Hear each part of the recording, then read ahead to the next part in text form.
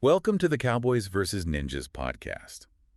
You guys have sent in some seriously awesome flash fiction this time around. Some real page turners. And we're gonna take a deep dive into two stories where, well, you guessed it, Cowboys and Ninjas clash. In a big way. Yeah, in a big way. Oh. But we're not just gonna rehash the plots.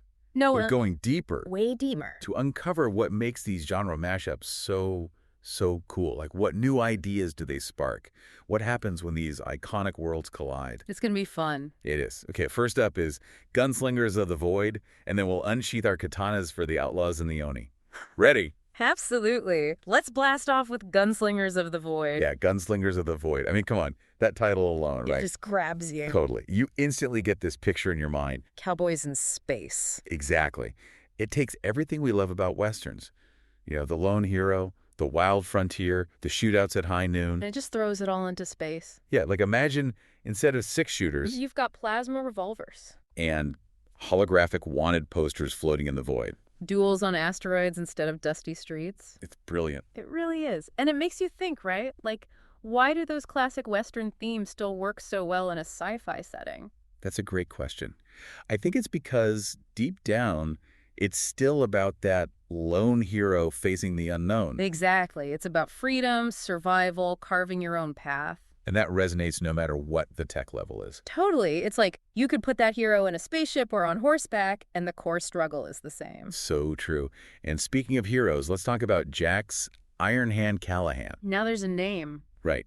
This guy's a legend, the galaxy's most wanted bounty hunter. Cybernetic arm, the fastest draw in the cosmos. The whole package. And his latest target is this small-time crook named Orin Vex. Who's stolen some relic from the ancient Zalari Empire. Seems pretty routine, right? I'd think so. But things take a wild turn when Orin Vex, well, he's on his deathbed. Then he spills the beans. Big time. Turns out that stolen artifact isn't just any old trinket. It's a star map. Leading to the legendary Vault of Eternity. Ooh, the Vault of Eternity. Now, that sounds interesting. It does, doesn't it? Rumor has it that this vault is packed with lost Zalari technology, enough wealth to buy a galaxy. And weapons. Oh yeah, weapons powerful enough to reshape, entire star systems. Wow. Right? So Jax's simple bounty hunt, yeah, that's out the window. Now he's in a race across the galaxy to find this ultimate prize. And of course, he's not alone. Right. Oh, no, not at all. We've got a whole cast of colorful characters vying for the vault. We've got the Black Vulture's gang space pirates who basically want to rule the galaxy. Right. And you can't forget Sheriff Kane, the cyborg lawman. Yeah, Sheriff Kane.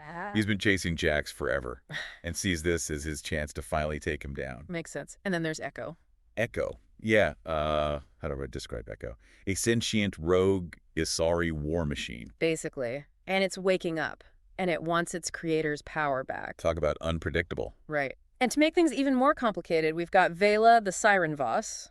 She's another bounty hunter. Deadly as they come. And get this, she claims to have the final piece of the map to the vault. So naturally, she and Jax have to team up. Uneasy alliance. Definitely. But it makes for great storytelling, don't you think? That whole the enemy of my enemy dynamic always adds a nice layer of tension. It totally does. You're constantly wondering if they're going to turn on each other. Plus, their journey to the Holt sounds absolutely insane. They're dodging through asteroid fields, exploring creepy abandoned space stations. Sounds dangerous. Oh, it is. They even go into a dying sun. All the while, they're running from rival bounty hunters, the Black Vultures. It's like a cosmic Wild West out there. It really is. And all of that leads up to the final showdown, right? At the vault. Yep. The vault's hidden near a black hole. Pretty intense, right? Talk about high stakes. So what happens? It's an all-out battle. Jax, Vela, the Black Vultures, they all clash at the vault's entrance. And then, surprise, Sheriff Kane shows up. Still determined to bring Jax in. Wow. Chaos. Total chaos. But that's not even the biggest twist. There's more. Oh yeah. Echo, the AI, reveals that the vault isn't just some treasure trove. It's a doomsday weapon. Whoa. A doomsday weapon. That changes everything. Right. Jax goes from wanting to strike it rich to, well, trying to figure out how to save the galaxy. Does he use the weapon, destroy it? It's a huge dilemma. And then the vault itself. Yeah. It's alive. It is. And get this.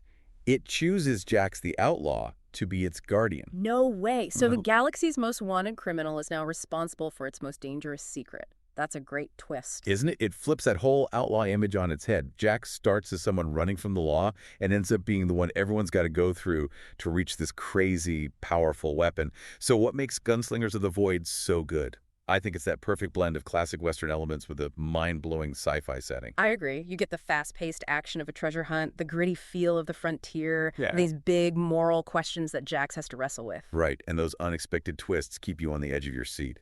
Okay, so we've had space cowboys and ancient tech. Now let's switch gears. What about the Outlaws and the Oni? Cowboys versus ninjas in space. Yeah. This one takes us in a whole new direction.